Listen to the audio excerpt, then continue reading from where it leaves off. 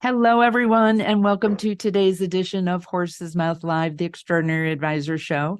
My name is Ellen Rogin, and as always, we have great guests to help you in every area of your life, especially your business.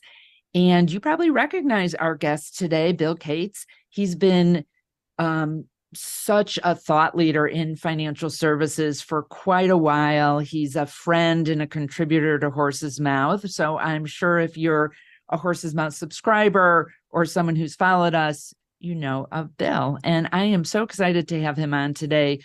We're going to talk about a topic that is always important to advisors, which is growing your business through referrals. And how do we do this? How do we do it in today's world? How do we do it in a way that doesn't feel icky and that is a little bit more deliberate than just like, oh, it just happens?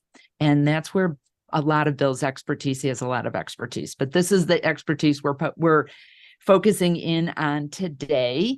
And I want to give you, even if you're familiar with Bill or you're new to Bill, I want to give you a little bit about his official background. Bill Cates is widely recognized as really the foremost expert in the art and science of acquiring new clients through referrals and personal introductions.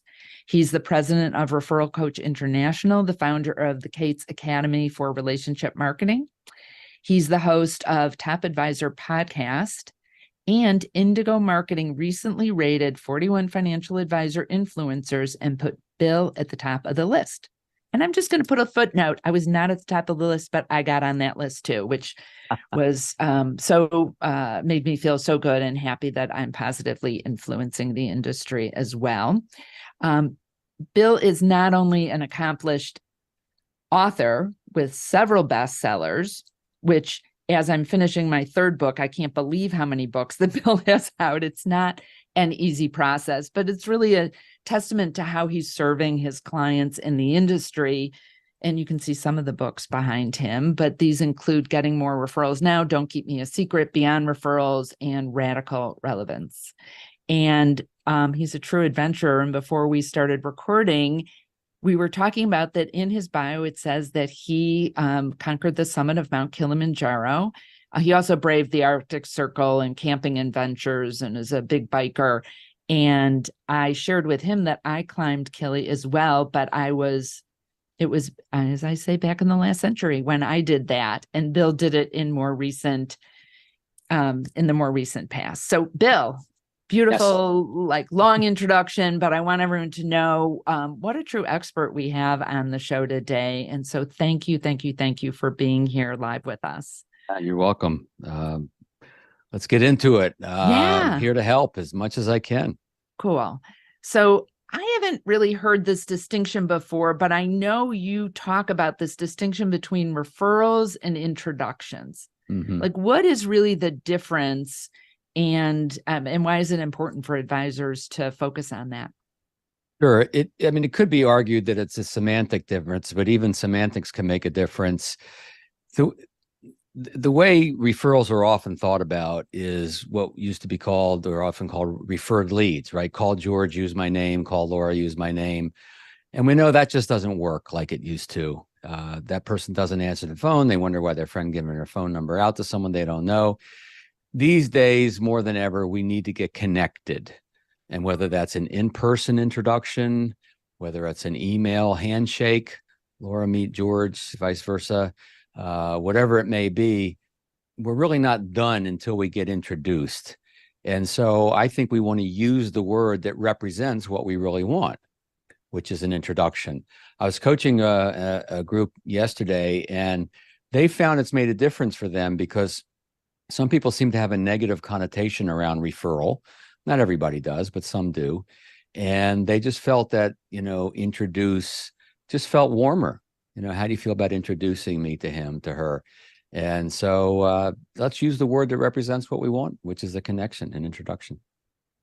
I can appreciate how it feels warmer. An introduction feels like, and then whatever happens, where referral is, it's might be putting the referrer in a position that they might not want to kind of take that risk. So that makes total sense to me. So is there a system that can be used by advisors to have this these referrals, these introductions happening more on a consistent basis than just kind of waiting for them to happen? Sure. There's really, I'll give you 3 words that constitute kind of the system, the process I teach. And then there's systems within the system. But for now, let's just think in terms of engagement, leverage, and connection. So engagement means becoming more referable. Some research done by Julie Littlechild out of Toronto has demonstrated that satisfied clients are loyal. Satisfied clients are even willing to provide referrals, but they just never seem to get to it. And what we need to create is these engaged client relationships. And in a nutshell, an engaged relationship is someone with whom you've made a value connection and a personal connection. So they like the questions you ask, the things you teach, responsive service, all the value side of things. And then you're connecting with them a little bit on the personal level. They like you, they trust you, et cetera. And pretty much every advisor out there is doing that to some degree, but we try to expand that and help people get better at that. So as you're becoming referable, you're going to start to get at least some referrals without asking, which is a barometer of that referability. Next word, leverage. So that means, how do you leverage this trust, this relationship you're building? How do you use the borrowed trust that comes in this process? And that's by promoting, and there's ways to promote introductions, and then there's certainly a way to ask, and we can get into that later if you want. So that's a leverage, that's being appropriately proactive. When I have folks that come to me for coaching and stuff, they say, oh, Bill, can I do it without looking like that cheesy referral guy? I mean, that's what I hear, cheesy or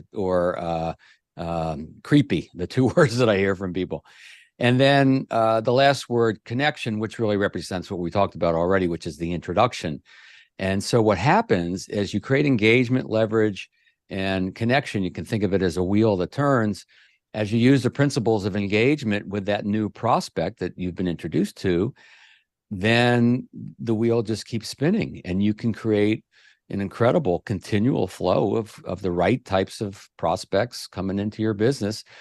We had one little thing that we fit on top of that, which is targeting a niche market. Having a very clear target market makes all of that work even better and easier and faster. So that's the essence of the system that we teach. So before we get into some tactics or how to, I know people that have watched my show before know that I love to think about having the right mindset, like putting making sure the roots of the tree are healthy so you can grow whatever kind of fruit you want. Is there a certain kind of mindset that it's helpful for advisors to have or to think about when they're being more deliberate with having a system for introductions? There's so many. Let me just give you a few. First of all, understanding the lifetime value of a client. What's the lifetime value? Well, certainly the business you can do with them over a lifetime, and sometimes that's quite substantial, and that's good for them, good for you. But it's also who they can introduce you to over a lifetime. And a lot of people don't have that awareness in their mindset, do they? And so they miss the opportunity. Another one is asking for help. A lot of people believe that asking for help is a sign of weakness. And that's one reason they don't ask for introductions is, I don't want to look needy. I don't want to look unsuccessful. And any psychologist will tell you that asking for help is a sign of a healthy ego. I call it a high ego state, healthy ego state, willing to ask for help. In this case, we're asking for help to help others. It's about bringing the value to others. It's not the old methodologies of, let me tell you how I get paid. I get paid in 2 ways, making it about you and money in your pocket. It's about bringing the value to others. God, there's so many. I'll give you one more. The last one is this attitude of expectation. There actually is neuroscience research that demonstrates an attitude of expectation, visualizing and expecting a certain outcome actually increases the chances of that outcome happening, because you make subtle shifts in your awareness and your behavior that brings you the chance of doing it. Athletes do it, musicians do it. And so expecting introductions. Now, I don't recommend you say to a prospect or client, I expect you to introduce me to people. No, that's kind of an old, aggressive methodology I don't subscribe to. It's a mindset that we bring. We know the lifetime value of clients. We pay attention to who else they know, to our conversations, good work that we do.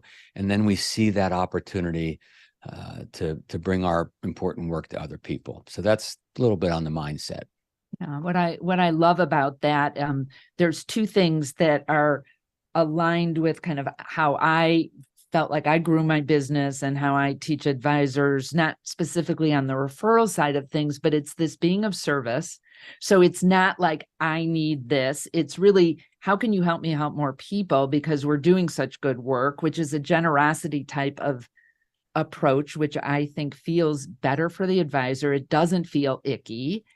And the visualization part, I think that this expectation is, I might challenge that word a little bit because like people, you said people, they don't want to feel like they're expecting, like they're, if it's not okay. But what I know, I believe you mean by this is having like, I've pictured this. I know it's for everyone. I don't feel weird having this conversation with people because I've had mental rehearsal on it and it feels super comfortable for me. Am I getting that right? Yes. Another way to think of expectation is confident awareness.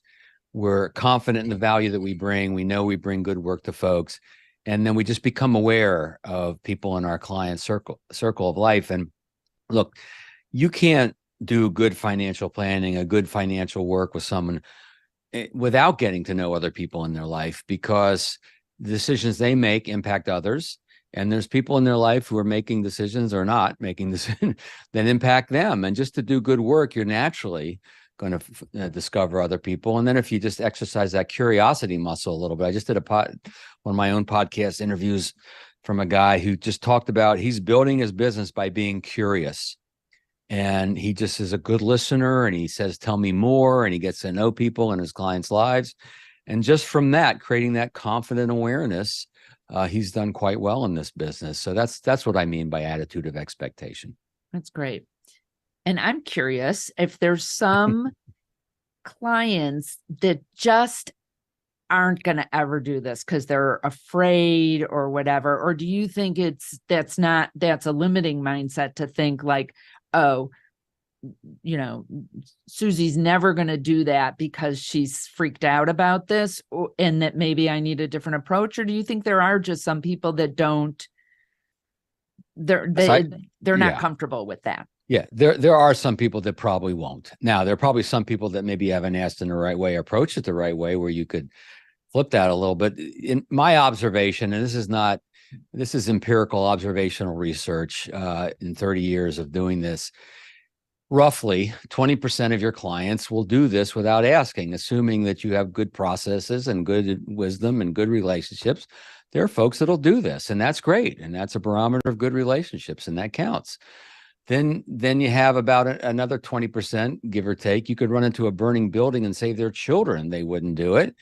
And what is that about? Well, they could just be very, very private. It's possible they had a bad experience in the past. And sometimes that can be reframed for them, depending on what happened. But yeah, I mean, my dad was kind of like that. My mom never met a stranger, right? She'd introduce you to everyone she knows and then some. My father, not so much. He was a statistician, very analytical. It just wasn't his nature to go there, generally speaking. So the 60%, if you will, roughly, that's the gold mine that we're sitting on. That's the opportunity. And what we're trying to do here, really, in asking and being proactive, is identify the folks who are willing to do it, identify the folks that aren't willing to do it. It's not going to hurt a relationship. They're not going to stop doing business with us. We, back off gracefully, professionally. And we also know that asking but not getting can plant a great seed for later. I bet you everybody listening to this has asked for referral and introduction at some point. Client wasn't ready for whatever reason. And then later they come back and they say, hey, I got somebody for you. And they feel good about it. Yeah. And they're going to do it on their own terms. Cool. I want to pause in the conversation right now because I know you have such great free resources for advisors. And before we get to the end, where we'll remind them of it again, but if people want to get some of your resources that are available, I know and I also want them to be listening to your podcast, which is really focused on ways for advisors to continue to grow their businesses. Where would be a good place for them to go, Bill? The easiest thing is Bill Cates Resources, not Bill Gates. We wish, right? There it is on the screen. Bill Cates Resources. And there's a link to the podcast, which is free. There's a link to it says free resources, lots of guides, tools, checklists, and then a few other things that we offer. And I always like to say, while they're free to you, you're still going to find them quite valuable. So, yeah, thank you for Cool. bringing that Thank up. you. I appreciate it. Yeah. Yeah. So let's get into some of the how-tos on this. So Mhm. if an advisor wants to create this system for really more perpetual referrals, or maybe it's introductions that I should be saying about this, and Yep. engagement, do you want to go a little bit deeper on the engagement thing versus satisfaction, or what do you think Yeah. would be a good place for us to start with this? Yeah, let's do it. Let's do a couple of places of engagement because it's often overlooked. And so I've broken down the client journey into three unequal parts. The first, I'll call it the prospect experience, the courtship, usually the shortest part. Sometimes it takes a while, but we want to make sure we're taking that value connection, personal connection. Now, where I often see it overlooked is the onboarding process. You get a brand new client. Maybe you're doing a financial plan. Maybe they're going into underwriting for insurance, whatever. You're getting started in this new relationship. And think of it as the first 60, 90 days of that new relationship. And the folks, the advisors who really pay attention to that and help the client feel at ease in the decision they've made, and they stay in touch. When the assets are being transferred, there's a little lag time, or insurance is going into underwriting and they're waiting. Am I going to be rated? Am I going to qualify? They keep their new clients at ease, and then they stay in touch, inviting them to educational opportunities, to social opportunities, that first 60, 90 days. And that is a place that's ripe for introductions, because they're really seeing a lot of value, probably more than they've had before with any other advisor if they've worked with anyone in the past. So I wanted to mention that. And then the other thing, which is really fundamental to everything I've been teaching for 30 years, is I call it the value discussion. Some people call it a value check-in, expectations check, but it really is checking in with prospects and clients every step along the way throughout the relationship to make sure that expectations are even, they're being met, maybe occasionally exceeded. And that checking in creates that feeling, that sense of engagement, and builds trust. And so that's the beginning of an ask, is that check-in. But even if you never do ask, if you're checking in on a more regular basis, the relationship will advance, and you'll have more. You'll be more referable. So that's a little bit on engagement. There's a lot we could cover. What would a What check-in sound like? Yeah, sure. So I'll give you a couple. So let's say it's a brand new client. They've decided to do a financial plan. I'd say, Ellen, you might think let me go back, rewind. Ellen, I think you've made a great decision. We've talked about what happens when people put off this work. You're moving forward. I know we had a lot to talk about, a lot of things for you to consider. I'm curious what tipped the scales, what made you decide to move forward. Notice that's an open-ended question, right? You're going to reinforce your decision to move forward, which doesn't hurt. And then I'm seeing, how all that we did to get to this point landed on you. And you're expressing the value, and you get more in touch with the value when you put it into words like that. That's one example. Meeting would be, Ellen, let's put the market aside, economy aside, and let's talk about things we can control, which essentially is our communication, our overall working relationship. Anything not working, I should know about. Any pet peeves, any place where we've fallen short of your expectations, we should be aware. So you always start with that side, the negative side, if you will, because if there is something there, you want to know about it. Your job is to kind of get anything with a negative charge up and out and handled. Sometimes they just need to say, well, one little thing, and then most of them will move to the positive and say, well, what is working? So we keep doing it. What do you appreciate? Maybe we want to make sure we do that for others as well. Where are you seeing the value in all that we've done? So that's the value check-in. Minimum behavior from there would be, which is stepping into leverage, stepping into being appropriately proactive, would be to promote introductions. So I could say, great, I'm glad you're seeing the value in what we're doing. Please don't keep me a secret out there, or don't keep this important work and process a secret. I've been teaching this don't keep me a secret thing for a long time. I didn't invent the phrase, but I've kind of popularized it a little bit. So that promoting is that next step that brings us into that leverage side of thing. So someone's happy, they feel good, they're expressing,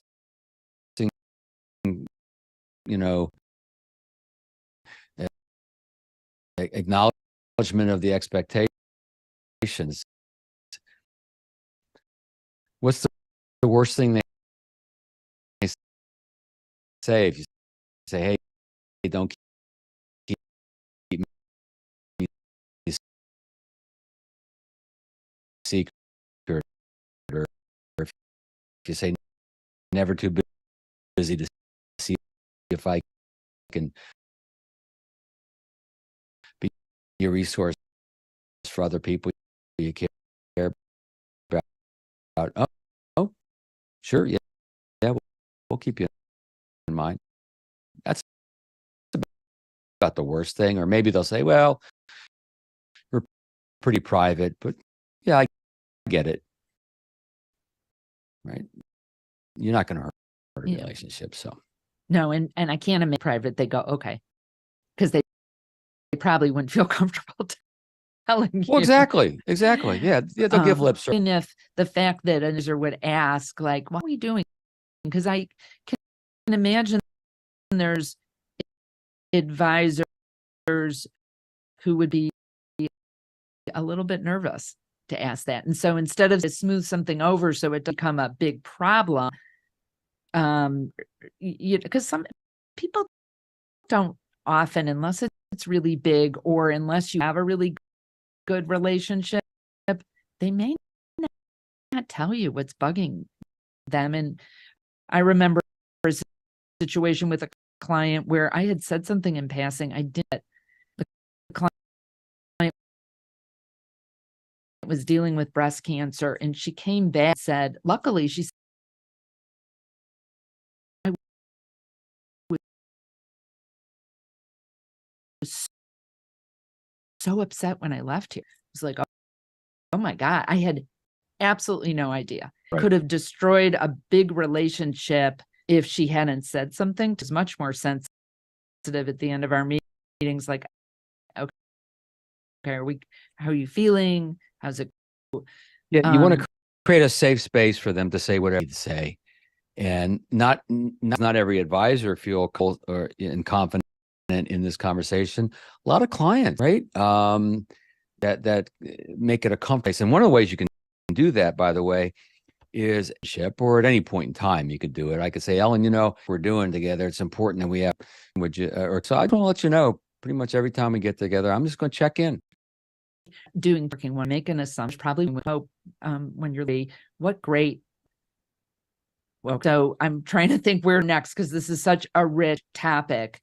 We can go more into yeah, that's what I was going to ask. Let's go into leverage. And how do you do this even a little bit more proactively? Right. So the one way that I mentioned is the promoting. Don't keep me a secret. Never too busy to see if I can be a resource. Two of the best ways to promote, it's short of asking. We're not really asking. One is to teach prospects, clients, even centers of influence, what it would look like if they thought of someone, how you would handle it. And usually the components of that are confidentiality. You want to remind them of that, and that you will handle this with care, that you're not just going to run off and call someone out of the blue, that you like to work through introductions that feel comfortable for everybody. So teaching your clients how you would handle it. The other way that's very powerful is teaching your clients who you serve the best these days, who fits your business these days. So they think of people like that. And if you're moving into a certain target market, or you're moving up the ladder of affluence, let's say, we know that people tend to refer lateral and down the ladder, financial ladder. So teaching people who you serve the best. And notice I'm saying who you serve the best, who your processes are geared toward, rather than who you're looking for. Nothing wrong with saying that, but that's that little subtle distinction between making it about them, who you serve the best, versus making about you, who you're trying to find, right? And so that's one side of the proactive, is the promoting. And look, if you're highly referable and you do that on a fairly regular basis, you're going to get unsolicited referrals. I was talking to a guy this morning. I've been coaching for a little while, and he's starting to get them. We're not even into the asking yet. And he's got a chart of all the people he got introduced to just by doing the value discussion a little more and the promoting. So the ask, I know we're short on time. Let me just give you probably the most important part of the ask, other than the value check-in, which is always the beginning, is coming prepared for this. You see, the worst way to ask, and everyone is guilty of this, is throwing up in the whole universe and saying, who do you know we might be able to help? Or can you think of anyone else who should know about what I do? I suppose that's better than nothing, but it's not usually going to produce the result you want. What you're trying to do really is to narrow someone's field of view, to get them to picture people in their mind's eye. So the more you can come prepared with specific people you know they know, or it could be categories, money in motion, life events, places where you know they hang out, anything you can do to narrow their focus will usually let you feel more confident, because you know where you're headed with this conversation, and they're more likely to think of someone because you've helped them just a little bit. So that's the short version of our process, but boy, you just do that and you make a difference for yourself. Yeah, I totally get that. And none of those asks sound icky, like would it be like, this is where I'm focusing my business now. I'm realizing I really serve people well as they're going through the transition from retirement to using their assets. Like how would that ask actually sound if you're bringing in a little bit more of who to help them think about who Yeah. to narrow the So, field? you could say, if you say, let's brainstorm a little bit. And really, these days, our processes are geared to bring a lot of value and serve people much like yourself, right? People who have worked a long time, have saved very well, and they're open to some guidance to make sure that they do things right moving forward. I know that when we first got together, you were working with someone, but you weren't completely happy, and you hadn't been introduced to someone you could trust yet. And when George introduced us, you open up to the possibility, and you realize there is a better way to get guidance for this. And so, I can throw out a number, typically 500 to 1 million in terms of assets, but I'm not expecting you to know someone's specific financial situation. I mean, sometimes we have a sense, but not always, but just an introduction. If I believe I can serve them well, I can be a resource for them, I'll let them know. If not, maybe an associate or someone else. But everyone deserves to make financial decisions that are in their best interest, that they just may not be aware of until they get introduced to someone like myself. So, I mean, that's one of many ways you can use this. So you can talk about assets, you can talk about income, you can talk about worked a long time, worked hard, and saved well. That's not a specific amount, but it's going to put you closer to probably what you're looking for, unless you're looking for, middle America, in which case you use that. But usually you're going to be asking people that kind of fit in that arena. So you can say much like yourself. Yeah, what I love about that is you've outlined what you're looking for and complemented in an authentic way your client at the same time. So you're making them feel better about themselves and realizing how far they've come. And then they're not going to refer someone to you that they have a sense is a huge overspender. And maybe they have a very fancy car, but doesn't make sense. but Right. people like them. That's beautiful. Okay. So we could go on all day, but that's why you have resources, and that's why you work with people and you speak at lots of industry conferences and and have your books. That there's too much to go through in 30 minutes, but I'm so grateful for the information that you gave that I know I am going to use, because this is applicable, even though I'm not seeing individual financial advisory clients. I work with advisors, I do other speaking, and I know I'm going to take these ideas and how to add value for the people I'm working with more because of this conversation. So I'm very grateful. Really applies to any for business. that. It does. Thank you. Does. Thank you. So let's remind people again where they can get resources and learn more about you, Bill. Yep. Bill Cates Resources, BILLCATES resources.com. And then reach out to me. Give me a question. Give me a challenge. I'm pretty responsive. Would love to help any way I can. Great. Thank you. You already have helped a huge amount. So please reach out to Bill. You can connect with him on LinkedIn and other ways. So thank you. And for each and every one of you listening and watching, if you're watching and listening, thank you for being here. I am so grateful for you being here. Again, my name is Ellen Rogin, and you can learn more about me at ellenrogin.com. That's ELLENROGIN.com. And if you go to ellenrogin.com/horse's mouth, you can download my special report on what extraordinary advisors know that others don't.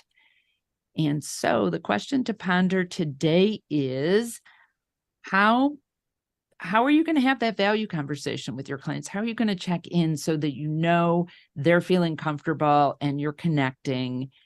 And so I hope each and every one of you is going to include that in your process now. And remember to be great and create great every single day.